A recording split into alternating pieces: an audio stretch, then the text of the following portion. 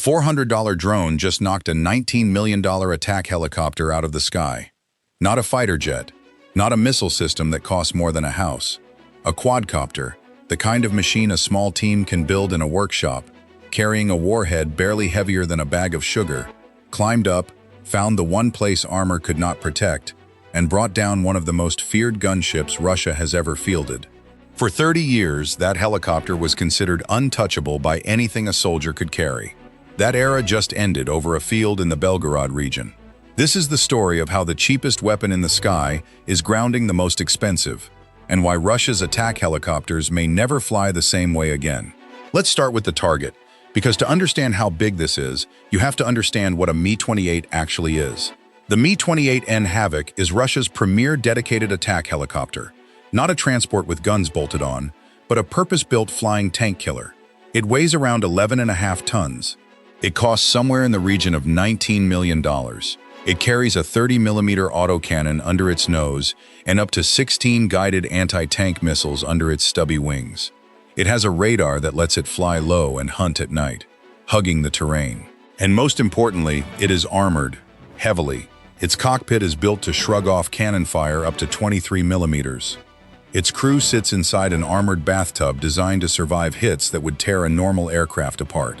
For 3 decades, the entire design philosophy of this machine rested on one assumption: that the things trying to kill it would be big, expensive, and rare. Enemy jets, radar-guided missiles, dedicated air defense. Against a foot soldier, against anything cheap, the Mi-28 was supposed to be safe.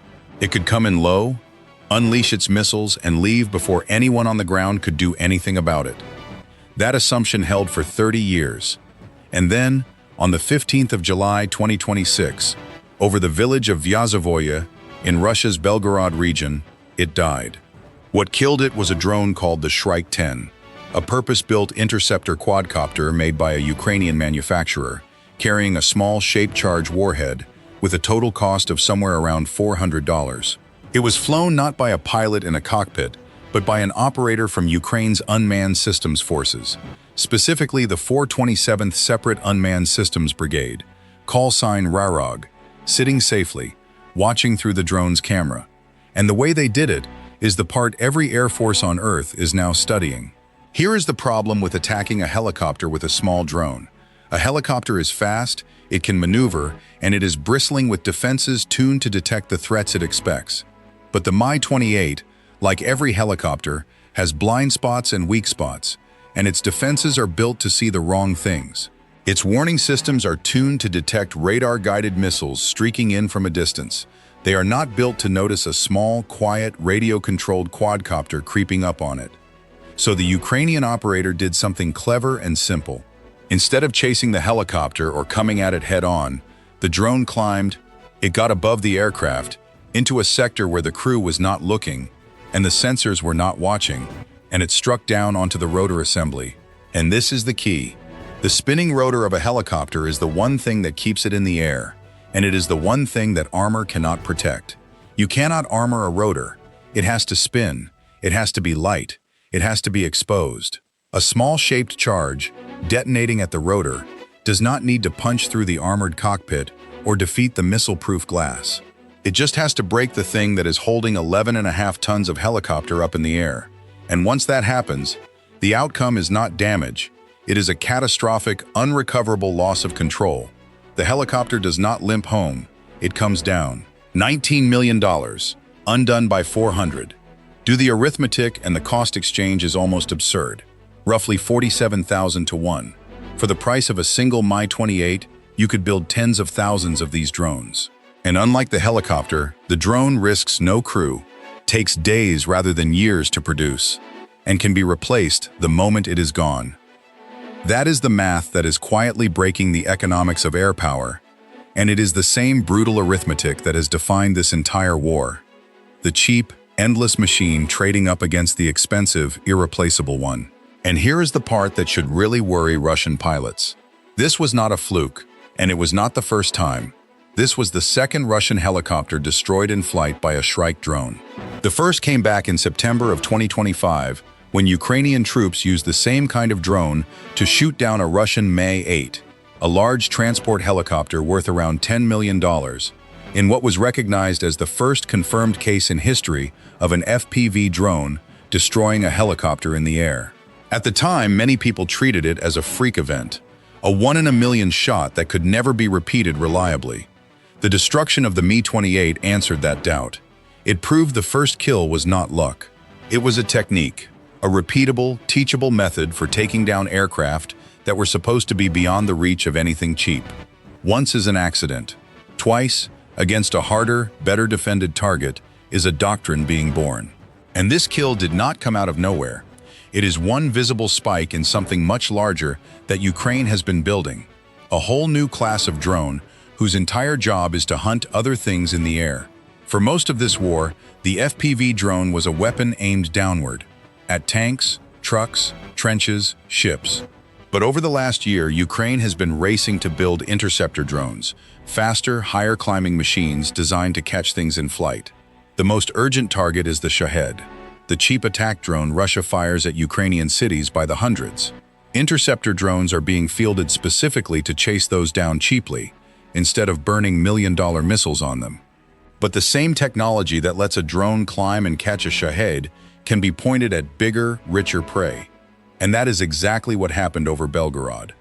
The Shrike is part of that family, a purpose-built interceptor, refined by a year of hunting things in the sky, now proven capable of taking down a crewed attack helicopter.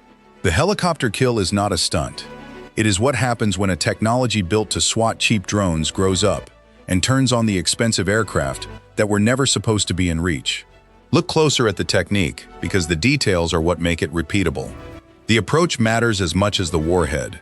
These drones come in using the terrain, hugging low, masking their approach behind trees and folds in the ground, staying out of the helicopter's sensors until the last moment.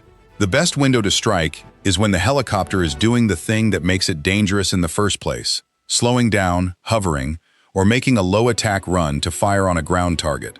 In those seconds, the gunship is at its most lethal, and its most vulnerable at the same time, moving slowly, predictable, low to the ground, and busy. That is the moment the interceptor climbs into the blind spot and drops onto the rotor. It is a narrow window, only a handful of seconds, but a skilled operator watching through the camera can find it, and once found, the shaped charge does the rest. This is not brute force. It is a precise, learnable piece of airmanship, flown from the ground for a few $100s. So think about what this does to the way Russia can use its helicopters. For most of this war, Russian attack helicopters have been one of the more effective tools in their arsenal, precisely because they could do what nothing else could: fly in low, fast, and close to support ground troops, what militaries call close air support. A gunship, hovering at low altitude, picking off vehicles and positions with cannon and missiles, is a devastating thing to have on your side and a terrifying thing to face. But that entire role depends on flying low, and flying low is exactly what just got a Mi-28 killed. The response is already visible, and it tells you everything. Russian helicopter crews are being pushed to operate higher and farther back, to stay above the effective reach of these interceptor drones. But a helicopter that has to stay high and far away is a helicopter that can no longer do its job properly. Close air support is called close for a reason.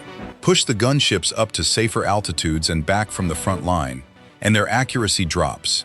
Their ability to identify and hit targets on the ground collapses, and the devastating low-level attack runs that made them so feared simply stop happening.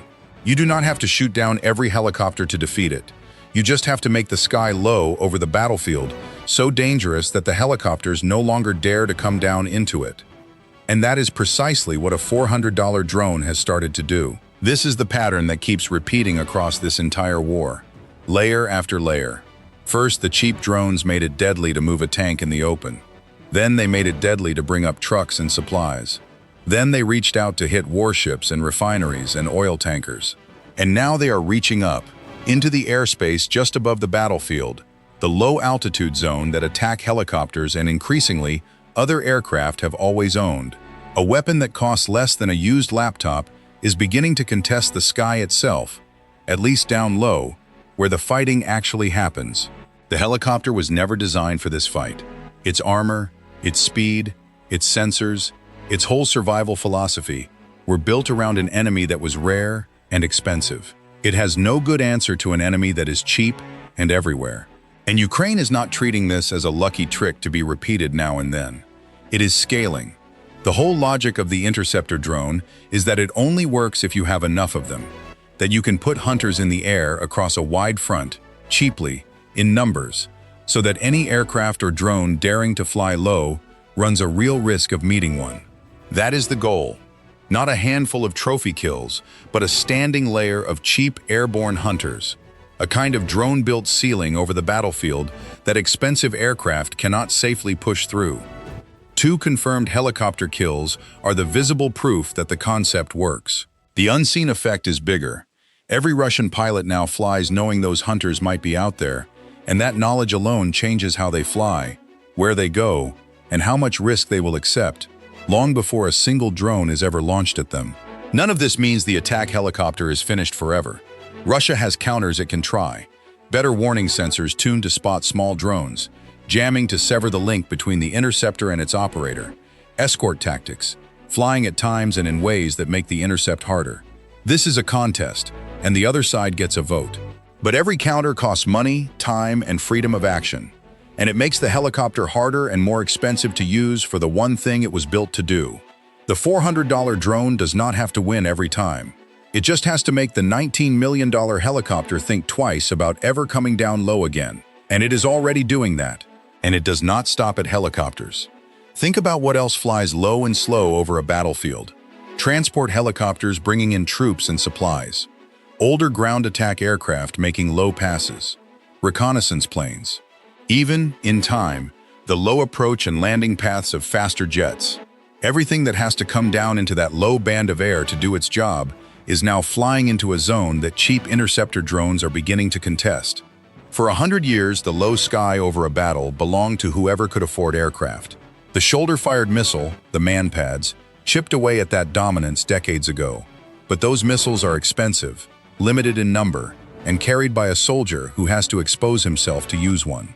An interceptor drone flips even that equation. It is cheaper than a missile. It is flown from safety. It can loiter and wait, and it can be built in the thousands. It is the most democratized threat to aircraft that has ever existed. And the footage from Belgorod is the proof of concept that every air force on Earth now has to reckon with. There is a deeper reason this particular kill rattled people, beyond the price tag. An attack helicopter is not just a machine. It is years of training poured into a crew, a scarce and expensive asset a country can only field in small numbers. You cannot mass-produce Mi-28 pilots. You cannot quickly replace a downed gunship. Every one that goes down is a wound that takes years to heal. The interceptor drone, by contrast, is the opposite in every way. No crew to lose, no years of training to waste, and a production line that can spit out replacements faster than they can be shot down. When a weapon that is effectively disposable can reliably kill a weapon that is effectively irreplaceable, the side with the disposable weapon wins the long game, even if it loses 10 drones for every helicopter, because 10 drones cost $4,000 and one helicopter costs $19 million. Step back, and the significance is bigger than one helicopter or one war. For a century, controlling the low airspace over a battlefield meant owning expensive flying machines and daring the enemy to challenge them. Attack helicopters were one of the ultimate expressions of that. Costly, complex, and reserved for powers rich enough to build and fly them. Ukraine is proving that you can contest that airspace from below, with machines that cost a rounding error by comparison, flown by operators who never leave the ground. Every air force in the world that has built its plans around low-flying gunships and close air support is now looking at grainy footage from over Belgorod and asking the same uncomfortable question the Russians are asking. What happens to our multi-million-dollar aircraft when the enemy can throw a swarm of $400 hunters into the sky to meet them? It is worth sitting with how fast this happened, because that is the truly unsettling part. 3 years ago, the idea that a hand-built quadcopter could hunt down a flying attack helicopter would have been laughed out of any serious defense discussion.